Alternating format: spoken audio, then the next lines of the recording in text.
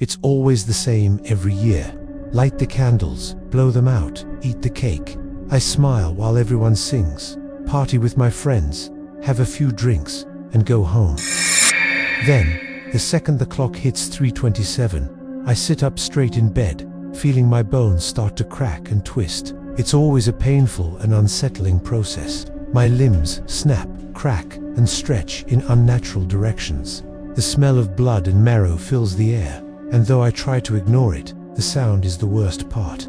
The crunch and pop of bone, the screech of skin pulling and tearing, and the wet squelch of blood, and awful as it spills from my body, it never gets easier. I've never been able to shake the feeling that this process is grotesque and unnatural. Even after 27 years, I still can't crack open a soda can or stretch a rubber band without that sickening, eerie sensation crawling up my spine. It's like all the worst moments of puberty crammed into a span of 10 minutes, but much worse. And it always ruins the possibility of any birthday fun. My mum says it's normal.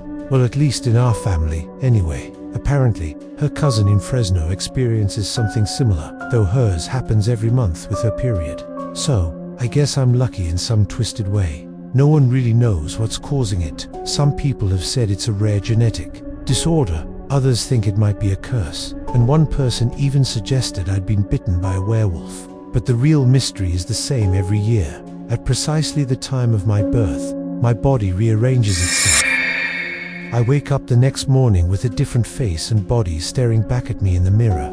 My mum used to tell me I was like a butterfly, emerging from its cocoon, but that was before I turned 13 and stopped caring. This year, it's my 27th birthday. I don't even try to go to sleep. I stay awake, scrolling through my phone, counting the minutes until the change begins.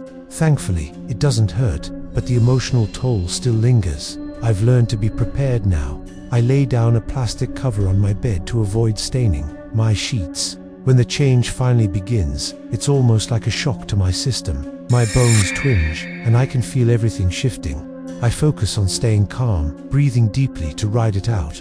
My ribs snap in, my fingers bend the wrong way. My teeth grind and shift within my gums, and my vision blurs. The process takes only minutes, but it feels like an eternity. When it's over, I test my new body, wiggling my toes to see if everything has settled. For the first time in years, I feel like it went smoothly, perhaps even easier than before. I can't help but wonder if I've grown again. My height has shifted several times in the past, and I'm pretty sure I'm taller this year. I get up and walk barefoot to the bathroom, feeling the cold air against my feet. The mirror's harsh light waits for me. I inspect the damage. Last year, my face was soft, youthful, innocent. It was the face people trusted and smiled at. This year, my cheekbones are sharper, my chin more defined. There's a crooked incisor now, a jagged detail I hadn't had before. It's bad enough that people would tell me to get braces, but what's the point? I'll have a new face next year. I stand there, twisting my features into different expressions. Anger, excitement, sadness. I feel like I'm trying on masks, searching for something that fits. This face doesn't feel right. It's harsher, colder, more distant. I don't like it. I tug at the skin under my eyes and adjust the blush placement. This will have to do, but I can't help but wonder what the next face will be like. Suddenly, my phone buzzes, snapping me from my thoughts. It's my mom, video calling as she does every year. I roll my eyes but answer anyway. Hey sweetie. Her voice bounces around the bathroom. Ooh, I like this one. You look very ... Hey mom, I reply, unable to hide the exhaustion in my voice.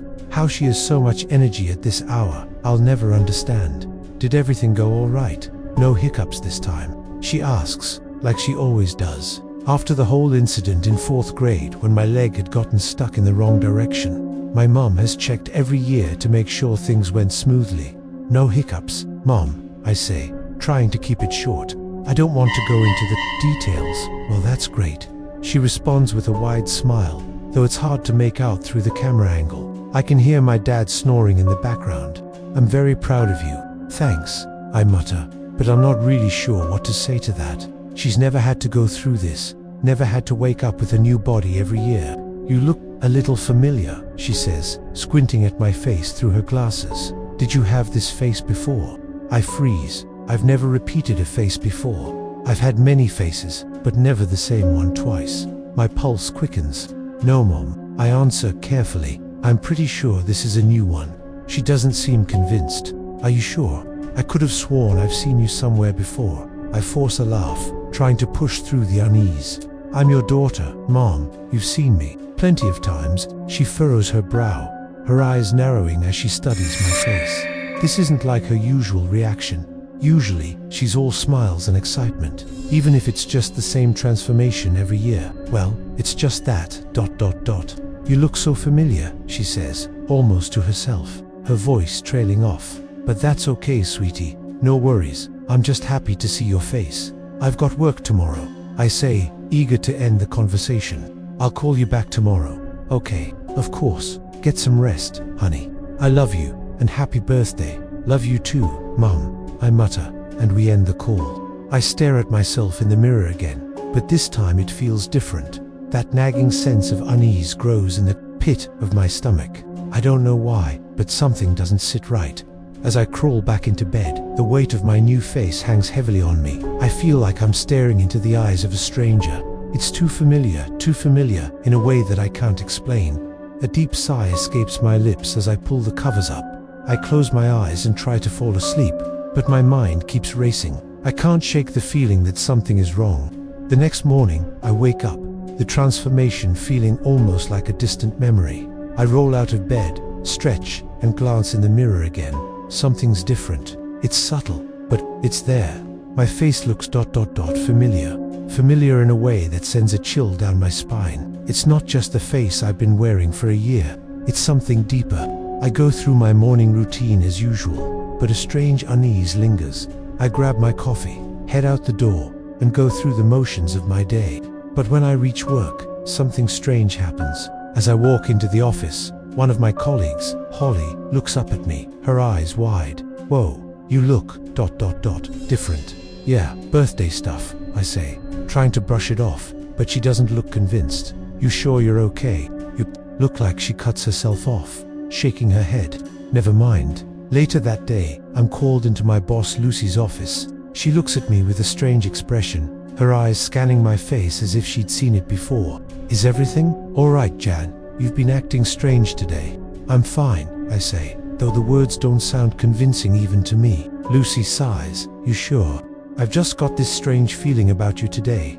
Double quotes. As I look at her, a memory flickers in my mind. A name. Megan Rogers. Megan Rogers. I freeze, my blood running cold. I remember seeing her face earlier in the morning news. She was one of our firm's clients.